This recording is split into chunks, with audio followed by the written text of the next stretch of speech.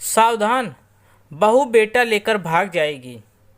संजना बहू, जरा सुनना, आजकल वो क्या कहते हैं, कान में लगाकर गाने सुने जाते हैं, जिनसे बात भी कर सकते हैं, वो मुझे चाहिए। मम्मी जी फ़ोन, ईयरफोन, वो तो आपके मोबाइल के संग आए हैं ना। अभी 2 दिन पहले ही 60,000 का मोबाइल बहू ने अपनी सास को दिलवाया है। हाँ, लेकिन मुझे वायरलेस चाहिए, जिसमें तार की झंझट ना हो।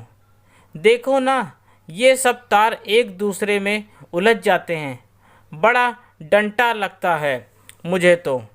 तू तो मुझे वायरलेस वाले ला कर दे, और हाँ, सबसे अच्छे वाले ब्रांड का लेकर आना, वरना मेरी सहेली कहेगी सस्ता वाला उठा लाई। और सुन, सब्जियां खत्म हो गए हैं, लेती आना। और हाँ, आज पनीर लेकर आना, पनीर के कोफ्ते खाऊंगी मैं तो।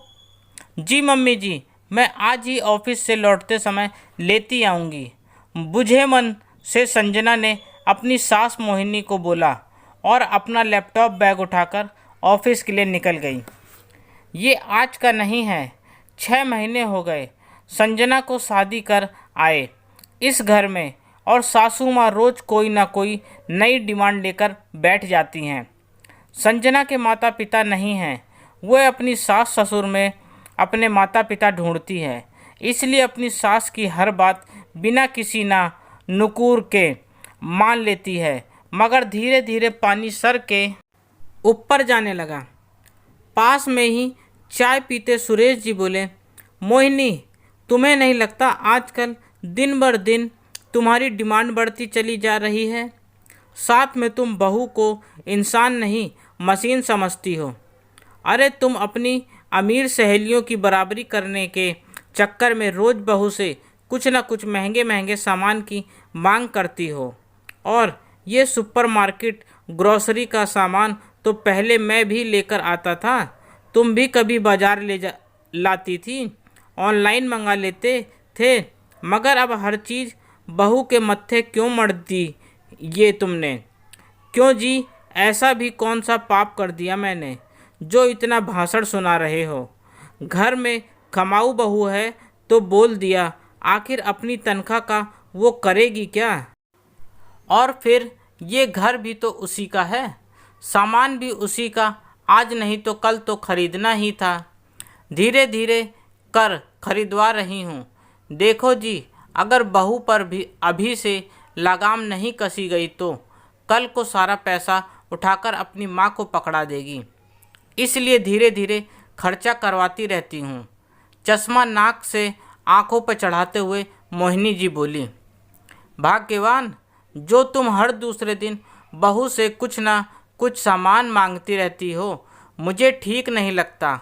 आज तुमने देखा नहीं उसकी शक्ल कैसे उतर गई थी, शायद कुछ कहना चाहती थी मगर लिहाज में कुछ बोल नहीं पाई।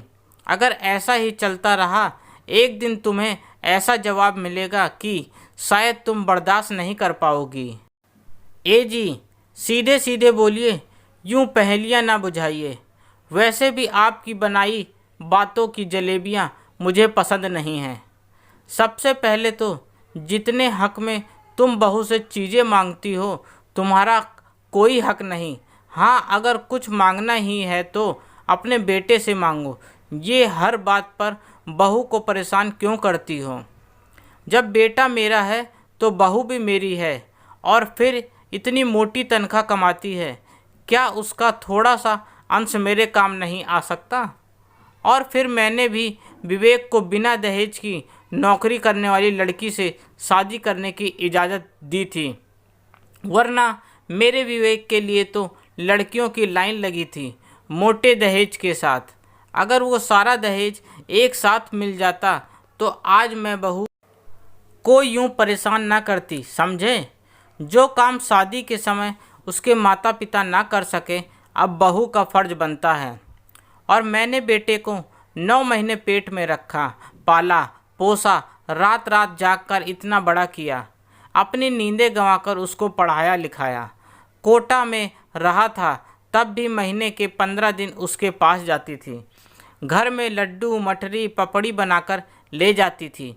यही नहीं, 4 साल तक नौकरी कर रहा था, तब हर 6 महीने पर उसके पास जाकर रही, उसके कपड़े धोए। अब इस तपस्या का फल मिल रहा है तो आपको क्यों कष्ट हो रहा है? और वैसे भी मैं सामान अपने बेटा बहू से मांगती हूँ, आपको क्या? इन सब का बदला मैं कर लूँगी। बात तो वही है, बेटा से मांगती तो कोई फ़र्क नहीं पड़ता। यूं दिन रात बहू को परेशान कर रही हो, मेरे लिए यही चिंता का विषय है। चिंता कैसी चिंता? मोहिनी जी सकपकाते हुए बोली। अब मैं तुम्हें क्या बताऊं? कल शाम को ही मैंने उसे फ़ोन पर बातें करते सुना था। वो अपना ट्रांसफ़र हैदराबाद करवा रही है ताकि तुम्हारी मांगों से छुटकारा मिल सके, और विवेक भी अपना ट्रांसफ़र वहीं करवा लेगा ताकि दोनों आज़ादी से रह सकें।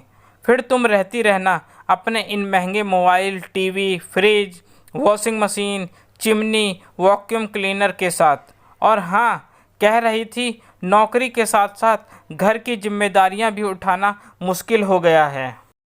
सास सिर्फ घूमने फिरने खाने पीने में लगी रहती है, कभी रसोई में आकर ये नहीं देखती कि क्या सामान खत्म हो रहा है या क्या बनाना है। बस दिन रात मुझ पर हुक्म चलाती रहती है। आए दिन नई नई चीज़ों की डिमांड करती है, एक नंबर की लालची है। मैं आजकल की लड़की हूँ, थोड़ा बहुत सहन कर रही हूँ, इसके बाद तो बिल्कुल सहन नहीं करूँगी।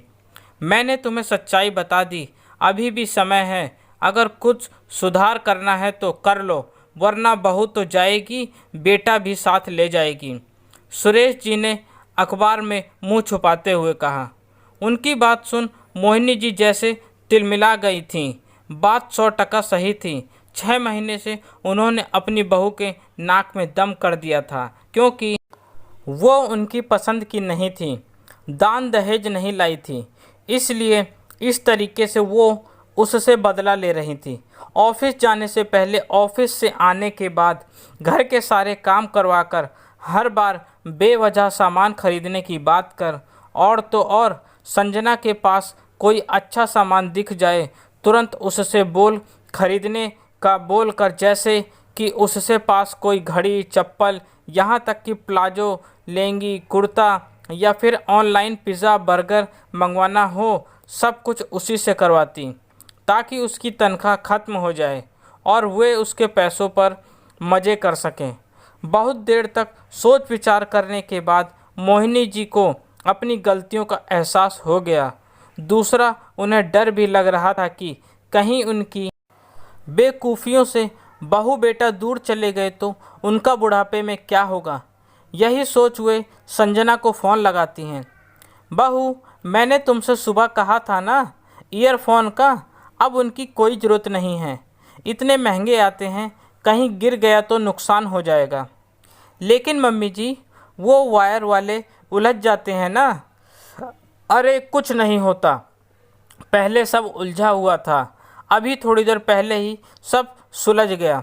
तू बस वो ईयरफोन लेकर मत लाना। और सुन, मैं और तेरे बाबूजी आज सुपरमार्केट जा रहे हैं, सारा सामान खुद ले आएंगे, तू ऑफिस से सीधा घर आ जाना। चल, अब मैं फ़ोन रखती हूँ। इधर संजना अचानक सास के बदले मिजाज को सुन हैरान थी। फिर जब शाम को घर पहुँची तो मोहिनी जी बोली, आओ बेटा, हम सब चाय पी रहे हैं, तुम भी बैठकर चाय नाश्ता कर लो। मम्मी जी रात का खाना पनीर के कोफ्ते बनाने हैं। अरे तुम इतनी क्यों फ़िक्र करती हो, मैंने सब कुछ बना लिया है। थोड़ा थोड़ा हाथ पाँव में भी चलाती रहूँगी तो बुढ़ापे में परेशानी नहीं आएगी। यही सोच आज खाना मैंने बना लिया। अपने साथ की बात सुन संजना आश्चर्य में थी। तभी ससुर जी पास आकर बोले, बेटा, मैंने वादा किया था ना, अब तुम चिंता मत करो, मैंने तुम्हारी सास को अच्छे से समझा दिया है। अगर दहेज मांगना बंद नहीं किया तो बहू बेटा लेकर भाग जाएगी। बस इस रामबाण आने तुम्हारी सास को सीधा कर दिया। संजना की आंखों में अपने ससुर जी के लिए कृतज्ञता के भाव थे। असल में संजना मोहिनी जी के व्यवहार से परेशान होकर एक दिन छत पर अकेली बैठकर रो रही थी। वहाँ पर ससुर सुरेश जी ने उसे देख लिया था। सारी बात जानकर आश्वासन दिया कि तुम मुझे अपने पिता समान नहीं, पिता ही समझो, और देखना कल तक तुम्हारी सारी समस्याओं का समाधान ना कर दूं तो कहना। दोस्तों, आपको मेरी यह कहानी कैसी लगी प्लीज़ कमेंट करके ज़रूर बताएं और मुझे सब्सक्राइब भी करें। आपका अपना दोस्त, धन्यवाद।